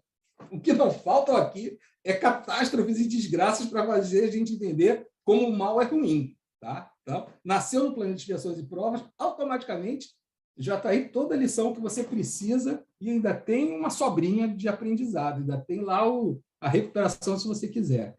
Mas tem a reparação, faz parte do Código Penal da Vida Futura. Está aí o céu e o inferno, os espíritos assim sim, e faz todo sentido quando a gente quer entender uma lei de justiça infinitamente perfeita. Né? Não é só... O que falta, talvez, no nosso sistema penitenciário, nosso sistema prisional, nosso sistema, é justamente a reparação. A pessoa é presa, é punida, mas ela não repara a vítima. A vítima continua sendo reparada. Será que ela não deveria... Deixou um pai de família, uma família sem o seu pai? Será que ele não deveria trabalhar para sustentar aquela família que perdeu um ente por causa de um crime? Será que esse é um processo educativo que realmente não funcionaria, não só em termos de relações sociais, mas, enfim, até mesmo de um ponto de vista mais profundo, espiritual, moral espiritual, né? Igual a criancinha que mordeu o coleguinha. Prosseguindo, tem 4 minutos. Entre estes últimos, uns há que se comprazem ainda no mal, em consequência de sua inferioridade moral, e ainda não se despojaram de seus instintos perversos. Eles estão... Só uma observação. Quando a gente está conversando, dialogando com esses espíritos, em algum momento, né, eu nunca fiz, tá? Minha culpa, minha máxima culpa. Quando esse espírito demonstrou arrependimento, demonstrou que vai abandonar o seu propósito mal, sempre se faz prece por ele, obviamente, pelo efeito poderoso da prece, em tudo é um poderoso auxiliar, mas quantos pediram assim, agora você vai fazer uma prece pela sua vítima? Faça agora você, espírito, uma prece pela sua vítima. Tudo bem, é a mesma coisa. Lá no Evangelho segundo o Espiritismo tem lá, prece pelos nossos inimigos. É uma coisa muito simples, porque a gente, às vezes, não consegue perdoar o nosso inimigo, não consegue se reconciliar com o nosso inimigo, não consegue ir lá pedir perdão ou dar um abraço. Mas, pelo menos, uma prece nós podemos fazer. Tá? Pelo menos uma prece dá. Se eu ainda não consigo desculpar, não consigo trabalhar com ele, não consigo olhar para ele, sim, é o nosso processo de crescimento, de aprendizado. Mas uma prece dá para fazer. E isso já é um passo. Lembra? Código Penal da Vida Futura.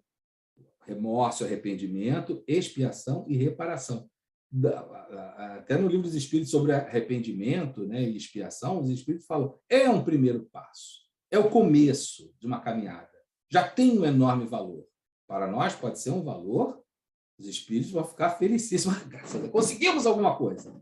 E a gente também tem que comemorar. Então, pelo menos uma prece dá para fazer. Por isso tem lá o capítulo, prece pelos nossos adversários. Orai pelos que vos perseguem e caluniam. Já é um passo, já é faltam 3, são 3 do Código da Vida Futura, já temos 3. Então, esse espírito ele também tem que fazer uma prece. Ele ainda não tem condições de, no mundo dos espíritos, reparar o mal que ele fez, embora na Revista Espírita muitos casos são relatados de espíritos que eram perseguidores e passaram a ser instrumento dos bons espíritos em proteger um determinado encarnado, pedir para ele fazer uma prece é uma coisa tem sua lógica. Eles estão no nosso meio quando vivos, com uma única diferença, em que, em vez de terem um corpo material visível, eles têm um corpo fluídico invisível, mas não deixam de ser os mesmos homens com senso moral pouco desenvolvido, buscando sempre ocasiões de fazer o mal, escarniçando-se sobre os que lhes são presa e conseguem submeter à sua influência. Obsessores encarnados que são obsessores desencarnados, tanto mais perigosos quanto agem sem ser vistos. Afastá-los pela força não é fácil, visto que não se pode apreender-lhes o corpo. Olha, eu participei de um trabalho mediúnico que era assim, o espírito tinha lá a chancezinha dele, a mesma história lá das armas dissolvidas, fala assim, então, vamos dar um choque anímico nesse espírito. Dar um choque no espírito era fazer o espírito incorporar e desincorporar de um médium, às vezes de vários médiums, às vezes fazer o espírito incorporar em vários médiums para dar um choque, ele ficar arrasado e assim conseguir ser levado para os locais onde ele vai se recuperar. Cara, gente, aqui, ó, afastá-los pela força não é fácil, visto que não se pode apreender-lhes o corpo. O único meio de dominá-los é pelo ascendente moral, com cuja ajuda, pelo raciocínio e sábios conselhos, chegando a torná-los melhores, ao que são mais acessíveis no estado de espírito do que no estado corporal. Então, a forma de chegar a esse espírito não é dar choque anímico. Choque anímico é coisa do confessa, safado. É a mesma coisa, gente. O Kardec está explicando. É a ascendência moral. Usa o raciocínio, os conselhos. Mas de onde eu vou tirar esses conselhos? Da doutrina espírita. Aquilo que você falaria lá sobre espiritismo no atendimento fraterno, você vai falar com o espírito, sobre espiritismo, falar sobre Deus, sobre a imortalidade da alma, sobre a consequência dos erros, das expiações e provas, o motivo do sofrimento, a vida futura. Ele vai ter acesso a isso, os efeitos do perdão, as consequências da vingança. Então, ele vai ser educado moralmente e ele tem mais acesso à compreensão nesse estado. Até porque esses espíritos eles ficam sob a influência do seu anjo guardião. É esse o momento que o seu anjo guardião vai influenciar. Mesmo nós somos espíritos da terceira ordem, lá das 5 classes da terceira ordem, os espíritos impuros que estão na última classe, eu espero que pelo menos espírito impuro eu não seja, mas até ele tem um espírito, um anjo guardião, um espírito protetor, que é da segunda ordem. Então, esse espírito, mesmo que ele esteja em outros mundos encarnado, ele vai, através da ubiquidade, do dom da ubiquidade, do seu pensamento, ajudar esse espírito a compreender o processo de educação moral que ele está recebendo. A partir do instante que são convencidos voluntariamente deixar de atormentar, o mal desaparece quanto causado pela obsessão.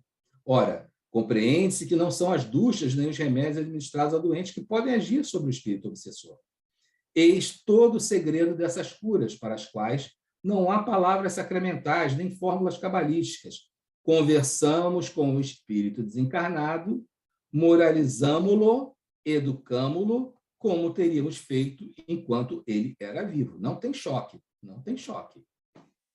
A habilidade consiste em saber tomá-lo pelo seu caráter, em dirigir com tato as instruções que lhe são dadas, como faria um instrutor experimentado. Toda questão se reduz a isto. Há ou não espíritos obsessores? A isto responderemos o que dissemos acima. Os fatos materiais aí estão. Por vezes pergunto por que Deus permite que os maus espíritos atormentem os vivos. Poderíamos igualmente perguntar por que ele permite que os vivos se atormentem entre si. E a resposta nós sabemos. Planeta de expiações e provas. Infelizmente, a gente só consegue desenvolver inteligência e moralidade com as tentativas e erro, a doença, a miséria, o conflito, o sofrimento, a angústia, as misérias físicas, as misérias morais. É isso aí que vai quebrando a pedra até transformar ela, a pedra bruta, numa pedra preciosa. Perdemos muito de vista a analogia, as relações e a conexão que existe entre o mundo corporal e o mundo espiritual, que se compõem dos mesmos seres em 2 estados diferentes. Aí está a chave de todos os fenômenos considerados sobrenaturais. Não nos devemos admirar mais das obsessões do que das doenças e outros males que afligem a humanidade. Eles fazem parte das palavras e das misérias devidas à inferioridade do meio onde nossas imperfeições nos condenam a viver, até que estejamos suficientemente melhorados para merecer dele sair. Os homens sofrem aqui as consequências de suas imperfeições, porque se fossem mais perfeitos, aqui não estariam. Então, meus queridos, recomendo também, quem sou eu para recomendar, tá? Mas tem uma continuidade desse estudo, pode ser vista aqui na Revista Espírita, de dezembro de 1862, Causas da Obsessão e Meio de os Combater, assim como as explicações que estão no caso da senhorita Júlia. Tá? Então, é isso. Muito obrigado, gente. Desculpe aí se eu botei alguém para dormir. Juro que não era a minha intenção. Não, o assunto hoje não deixa ninguém dormir, não. E também Peço você perdão se alguma palavra foi mal colocada, alguma também você questão. Eu tenho um jeito meio rústico, assim, mas olha, não faço por mal, não. Tá? Peço desculpas. Fabiano, esse assunto tira o sono, não dá sono, ele tira. É verdade. Tá, peço desculpas de qualquer maneira por alguma palavra que tenha sido colocada de uma forma menos afetuosa. Entendo, o objetivo não é melindrar, é só juntos fazermos uma reflexão. Pois é, nós estamos aqui nas reflexões, nós estamos. Alguém tem alguma consideração a fazer? Queria fazer aqui uma consideração, lembrando Kardec, que ele fala isso em O Céu e o Inferno, ou A Justiça Divina segundo o Espiritismo, que ele fala do arrependimento. Né? Você citou isso, claro, está lá em O Céu e o Inferno, o arrependimento é, digamos assim, uma estação obrigatória, passagem obrigatória para a solução da questão que esteja sendo objeto ali do quadro. O Kardec faz uma observação muito interessante, que é só o arrependimento real, verdadeiro, profundo. Porque ele também faz uma distinção conceitual, né? Ele diz, aquele arrependimento da criatura, encarnada ou não, que visa, ou pelo menos se declara arrependida, apenas para escapar às consequências daquilo que perpetrou, que fez, não vale esse arrependimento. É muito interessante, porque é um conceito muito sutil que o Kardec nos apresenta, porque, do ponto de vista psicológico, efetivamente acontece. Muita gente diz, eu estou arrependido do que eu fiz, porque eu não quero enfrentar isso, não quero ter a consequência. Né? E esse tema está muito ligado ao tema de hoje, né? Tanto que você tangenciou essa questão, até você falou sobre isso, e é bom a gente lembrar essas sutilezas de Kardec, que são uma riqueza inestimável para a nossa educação. Está aparecendo aqui para mim, deseja salvar as alterações. Isso é para você? Isso é para você? É para mim. Tá bom. Não salvar. Não salvar. Pronto. Eu queria tirar o compartilhamento. Então, agora vamos lá. O Código da Vida Futura, está lá no Céu e Inferno, Código Penal da Vida Futura, por isso que ele faz essas três elementos da reabilitação. É o arrependimento, a expiação e a reparação. O arrependimento falso, ele não leva à reparação. A pessoa não quer reparar. O desejo de reparar, obrigatoriamente, significa que ela desenvolveu um arrependimento honesto e sincero. Mas, veja, o primeiro remorso, passo, né? É o arrependimento. Já é um passo. Tem o remorso. Remorso.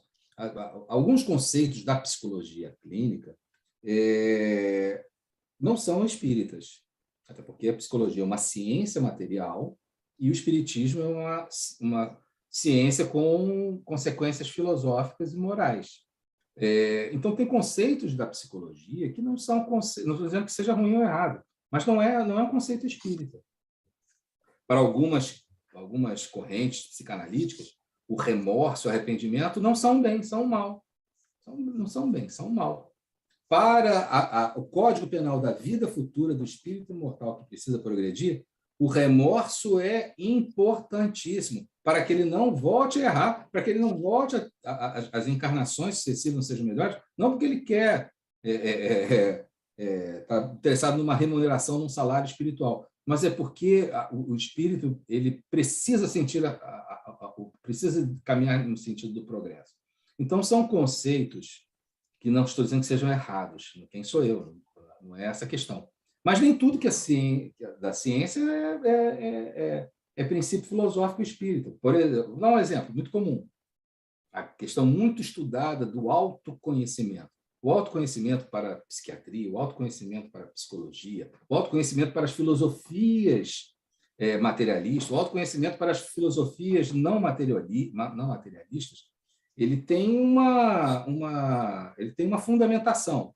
O autoconhecimento espírita, que está lá na questão 919, é todo focado na correção dos erros, das imperfeições, do aprimoramento moral, e é o meio prático, conforme Allan Kardec apresenta, de transformar as máximas, os conceitos que são muito bem conhecidos, numa prática diária. Como é que eu consigo amar ao próximo como a si mesmo? Então, está lá, vai passar o dia, vai ver se você não magoou alguém, se você ofendeu alguém, se você não falou de uma forma errada, se você não agiu de uma forma que prejudicou alguém. Então, ele tem todo um sentido e uma direção. É o sentido e direção que corrigir os erros e fazer o acerto.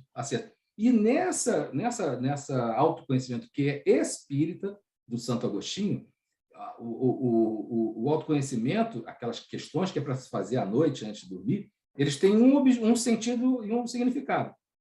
O arrependimento, correção, que é a expiação, e reparar. Você tem que ir lá e voltar com o adversário. Lá no Evangelho vai estar a prece para corrigir um defeito. Você vai orar, já reconheci tal defeito. E aí Allan Kardec apresenta a reflexão sobre como nós podemos fazer para, na nossa prece, pedirmos ajuda a Deus, ou através do nosso anjo guardião, para corrigirmos esse defeito que a gente já repassou no momento da autoanálise ao final do dia, conforme ensina o Espírito Santo Agostinho, né? Então, a psicologia ela nos apaixona muito, mas eu vejo alguns conceitos da psicologia que não são espíritas e, às vezes, até colidem, né? Que é normal, natural, porque uma ciência que é material se baseia no funcionamento do neurônio e não de uma alma que sobrevive, não vai ter o mesmo conceito de uma filosofia que se baseia no espírito e não no neurônio. Você está se referindo à psicologia... Não, você está se referindo, desse ponto de vista, à psicologia não junguiana, né? Porque a partir do Jung nós temos um outro aprofundamento e, sobretudo, a psicologia profunda, de que a Joana nos fala muito, tem um trabalho sobre isso, né? O Evangelho segundo a psicologia profunda, e aí nós temos a realidade espiritual e a vida após a morte como uma realidade, né? E a Joana, como diz você, quem sou eu para dizer isso, mas eu considero Joana, o maior nome da psicologia transpessoal e da psicologia profunda, que é uma coisa muito importante para nós espíritas, né? Para fazermos essas pontes e irmos além, né? Pela dissidência do pensamento freudiano. Eu queria falar ainda, eu sei que nós estamos quase no final, você também já tangenciou isso, mas eu queria... Você fez uma observação que eu acho que é uma coisa sobre a qual nós, no movimento espírita, devíamos meditar mais e termos mais cuidado. Quando você disse assim, Kardec nunca usou a palavra desobsessão. Isso é uma coisa muito importante, porque o movimento espírita, porque sai repetindo, só usa isso, né? Também, como é que é? Tem uma outra assim que é sensacional também. Desencarne. Do ponto de vista da linguística e tudo, da formação das palavras, não existe isso, desencarne. Não. É desencarnação. Até porque, do ponto de vista conceitual espírita, a desencarnação é um processo, né? O desligamento. Então, não pode ser desencarne. Do ponto de vista estrutural, não dá para justificar isso, e a desencarnação é que diz do conceito que o Espiritismo nos dá, né? Tem essas coisas, né? Até da língua portuguesa, né? A gente não fala encaderne, a gente fala encadernação, ação de encadernar. Exatamente, por isso que não existe o encaderne não, é encadernação. Exatamente, não tem veja bem, às vezes, obviamente, quando a gente se propõe a divulgar pensamento de Allan Kardec, às vezes surgem mal-estares. Não deveria, gente, dentro do movimento espírita tem que defender Kardec, mas às vezes a gente tem que defender Kardec. A pessoa diz, você só quer, por que tem que ser a palavra de Allan Kardec? Por um motivo muito simples, porque a ciência espírita, a filosofia espírita, elas foram feitas para não deixar dúvidas a ninguém sobre nada. Não existem metáforas, não existem simbolismos, alegorias. O que existem analogias, né? Allan Kardec ele usa uma analogia para fazer você entender um fenômeno do mundo dos espíritos, mas isso não é uma metáfora, não é uma alegoria. Então, uma palavra...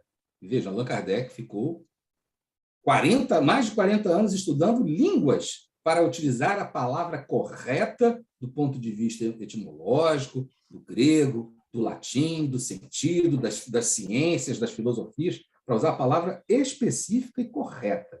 Não errar na palavra. Por quê? Das palavras corretamente escolhidas e sempre usadas naquele mesmo sentido e significado, a gente não deixa acontecer os erros que são consequência do caráter polissêmico das palavras. Uma palavra tem vários sentidos, vários significados, pode ser aplicada em diversas situações. Então, em se tratando de ciência e filosofia, tal definição significa tal coisa, ponto. Assim, um brasileiro, um russo, um chinês, um árabe, seja quem for, vai compreender aquela definição espírita exatamente da mesma maneira. Para mim, em português, eu posso até entender o que quer dizer a palavra desobsessão. Mas será que em todas as línguas a palavra vai fazer sentido? A palavra educação moral vai fazer sentido em todas as línguas. Em todas as línguas. Eu acho até que a palavra... Desculpe. Sim, pode. Eu acho até a palavra desobsessão não faz sentido para descrever ou fazer jus ou carrear a ideia e o conceito do que ocorre como fenômeno no processo de tratamento do indivíduo desencarnado. Exatamente. Então, desobsessão nem faz sentido desse ponto de vista. Como é que mesmo as pessoas chamam o que nós hoje chamamos de dialogador, não é isso? Doutrinador. Doutrinador, exatamente, obrigada. Isso não tem nenhum sentido. Isso não tem nenhum sentido, né? Doutrinador é aquele que tem uma Amarra. doutrina e impõe, né? Isso não tem nada a ver. São esses cuidados conceituais, você citou muito bem aí a filosofia e a ciência. Aliás, a linguagem, do ponto de vista da linguística, a função denotativa da linguagem, segundo a área da linguística, é a própria da ciência, porque não existe nenhuma possibilidade de uma pessoa entender diferentemente da outra. Essa função denotativa da linguagem garante, por exemplo, a ciência, que descrevendo um experimento de laboratório, preserve a vida e o laboratório de uma explosão. Porque quando você faz a descrição, você não pode dizer, então eu acho que este elemento químico, se eu colocar deste jeito, não existe isso. Tem que ser tantas gotas desse elemento químico misturado àquele outro, dentro desse, enfim, como é que chama? Tem o nome certo. Os radicais, sufixo, oso, isso, tudo tem um objetivo. Claro que tem. É claro. Diferenciar uma determinada substância, uma reação, um elemento, né? Claro que tem. Nós estudamos isso assim. O oso vira o ícaro, eu não me lembro mais nada disso, mas eu sei que existe. Tá? Eu sei que existe. Mas vê, só, desculpe, assim, eu sei que já são 10h20, sobre a questão da linguagem, só minha última participação seria essa, né? Sobre a importância de usar a palavra correta. O que é um aborto? Do ponto de vista da ciência, o aborto é quando um embrião ou um feto morre, isso é o aborto. Então, o processo é o abortamento. O processo é abortamento. Quando ele sai, é o abortamento. Ele pode, inclusive, sair mesmo sem ter morrido e o processo de expulsão. Isso é o aborto. A palavra é usada, todas as formas de assassinato são usadas com a mesma expressão. Quando a gente vai numa discussão e vai nessa discussão falando assim, vamos discutir a legalidade do aborto. Nós já perdemos essa discussão. A discussão está perdida. Exatamente. Nós estamos usando uma palavra absolutamente errada. É porque o conceito... Não é aborto nem abortamento. Quem usa aborto... A palavra é assassinato de criança, assassinato de bebê. Esta é a palavra. Se nós entrarmos na discussão jogando no campo do adversário, é quase certo de perder, no máximo empatar. Se 10 pessoas forem entrevistadas, se nós perguntarmos assim, você é contra ou a favor do aborto? Mesmo entre religiosos, metade vai dizer assim, eu acho que a mulher tem que decidir. Faz a mesma pergunta, perguntando assim, você é a favor de assassinar uma criança dentro do útero materno? Isso vira 9-1 contra o assassinato. Porque a palavra tem um significado. A gente mudando o significado da palavra, você tem um navio, o navio vai chegar numa ilha, aí você calcula, olha, essa velocidade, esse vento, eu boto uma inclinação no leme de 15 graus a 10 nós de velocidade, eu vou chegar naquele ponto da ilha. Se mudar o vento ou mudar a angulação do leme, ele não vai parar na ilha, vai parar em outro lugar. Se a palavra é usada de uma outra maneira, o ponto de entendimento ele também vai parar em outro lugar. Então, a gente vai ficar brigando eternamente sobre o aborto. A discussão é, a sociedade vai permitir assassinato de bebês dentro do útero materno? São bebês dentro do materno, são seres humanos, são crianças. Queremos assassinar crianças? Eu duvido que a sociedade aceite. Eu duvido que a sociedade aceite. É por isso que nós precisamos estar atentos ao uso da linguagem na sua função denotativa, né? Existe até corre aqui entre nós, no movimento espírita, aquela história que é bem interessante, didática a esse respeito, de uma senhora que foi junto com um filho falar com o médico para pedir que ele fizesse, aspas, que ele fizesse aborto, que ele praticasse o aborto, aspas. E aí ele disse, pois não, minha senhora, a senhora quer que eu mate o que está no seu útero ou este aqui de 5 anos? Isso aí, é assassinato. Usando a exatamente palavra isso. correta, a sociedade vai ver o problema de uma outra forma. De uma outra forma. Assim como cada palavra que é utilizada foi criada, o Espiritismo foi criado, esses termos foram criados por Allan Kardec. Usando a palavra correta, o objetivo vai ser alcançado. Agora, Quando a gente muda uma palavra, a gente pode mudar o infinito. Pode mudar o infinito. existe uma outra questão, agora me escapou isso, espera aí, porque eu pensei em outra coisa. Vou falar de uma expressão com a qual eu implico, é uma implicância minha. Encarar de frente a razão. Isso não existe. Eu estou louca aí para encontrar uma pessoa que consiga encarar de costas. Eu estou querendo muito encontrar isso.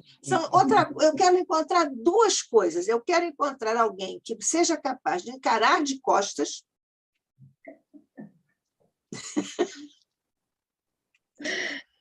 Pois é. Deixa para lá. Mas isso eu implico com isso. Faz bem. Isso subir para cima, descer para baixo. Exatamente. Aí são reforços, né? Um reforço que dá. Né? Mas, do ponto de vista da psicolinguística, já que nós estamos falando nesse campo, nós também nos deixamos enganar, é um processo de autoilusão, como um mecanismo praticamente de fuga, de negação, de medo de encarar a história, quando você usa fake news no lugar de mentira. Se todo mundo estivesse usando mentira em vez de fake news, nós estaríamos em outro patamar no combate a essa desinformação. Mas aí você vai cair no seguinte problema, né? Problema jurídico. Se eu digo assim, olha, em determinada situação, vamos lá, carne de porco faz fritar as coisas na banha de porco faz mal para a saúde. Aí uma pessoa diz assim, não, fritar a comida em banha de porco não faz mal para a saúde. Isso é mentira. Não é mentira, deixa eu te provar. Eu vou te provar que fritar na banha de porco não faz mal à saúde.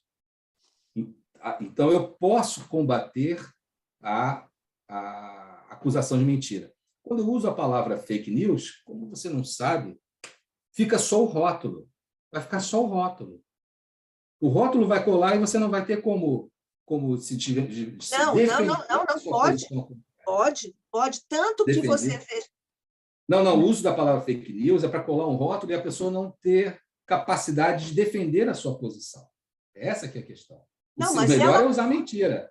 Mas se eu usar mentira, se eu usar a palavra mentira, a outra pessoa automaticamente ela pode entrar na justiça, porque está me chamando de mentiroso, embora isso não seja a razão, se bem que hoje na danos morais tudo vira danos morais, mas de qualquer maneira me permite falar o seguinte, não é mentira não, deixa eu provar. Vamos ver aqui a estabilidade da banha de porco a altas temperaturas e a estabilidade do seu óleo de canola. E, caramba, o óleo de canola com baixa temperatura já faz mais ácido graxo insaturado do que a banha de porco em alta temperatura. Quem, no final das contas, terminou com mais ácido? Oi? É verdade isso que eu estou falando. Isso.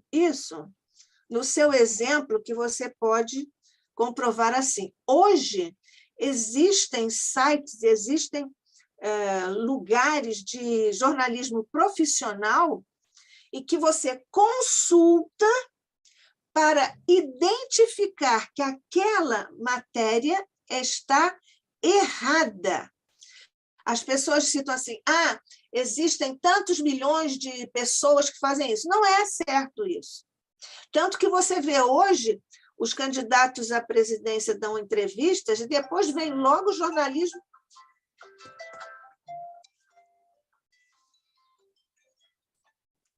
Desculpem, essa hora. Vou encerrar também. Tanto que o jornalismo profissional diz logo, fulano, nesta entrevista, não, diz de uma forma eufêmica, né? a sua fala não correspondeu à verdade com relação à citação que fez do ponto de vista tal e tal e tal, né? Então, essa questão. Agora, do ponto de vista da psicolinguística também, você veja, nós, principalmente nós brasileiros, nós adoramos expressões de outras línguas, né? O uso da expressão fake news é um anglicismo. Sim. Do ponto de vista, cada sistema linguístico reflete a visão de mundo que tem um povo. Então, fake news para o ouvinte da língua estrangeira, o usuário da língua inglesa, o falante de língua inglesa, quando ele ouve fake news, ele entende que é mentira. Quando nós dizemos fake news, nós não entendemos que é mentira, porque isso é uma espécie de amortecedor da consciência de quem fala. Para encerrar, é isso aí. Alguém quer fazer mais alguma observação? Não. Então, vamos agradecer pelo nosso encontro desta noite. Vamos, mais uma vez, unir nossos pensamentos, nossos corações. Se nós agora pudermos mentalizar que nós aqui, que participamos deste estudo, nessa harmonia, pudermos ligar nossas vibrações, nossas mentes, nossos corações, uns aos outros, como se estivéssemos de mãos dadas, para que possamos, neste instante, emitir vibrações de gratidão a Jesus, a Maria, aos nossos anjos da guarda, aos nossos mentores queridos que estiveram conosco. E se nos for lícito pedir, unidos que estamos nestas vibrações, possamos, num exercício de fraternidade, enviar essas vibrações de amor aos nossos irmãos que atravessam duras provas e expiações. Mas, sobretudo, Jesus, lembrando tua inteligência crística, teu coração magnânimo, nós te agradecemos por tudo que de ti temos recebido ao longo dos tempos. E te pedimos, Jesus, que abençoes o nosso Fabiano Pereira Nunes, que foi o expositor do estudo tão importante desta noite, e por sobre todos nós, que em ambos os planos de existência buscamos nos aperfeiçoar, desdobrando os estudos, os conceitos, as lições, os ensinamentos do teu Evangelho, através da codificação de nosso querido Allan Kardec. Guarda-nos, Jesus, sob tua paz e tua luz, hoje e sempre, sob a graça de nosso Pai. Assim seja.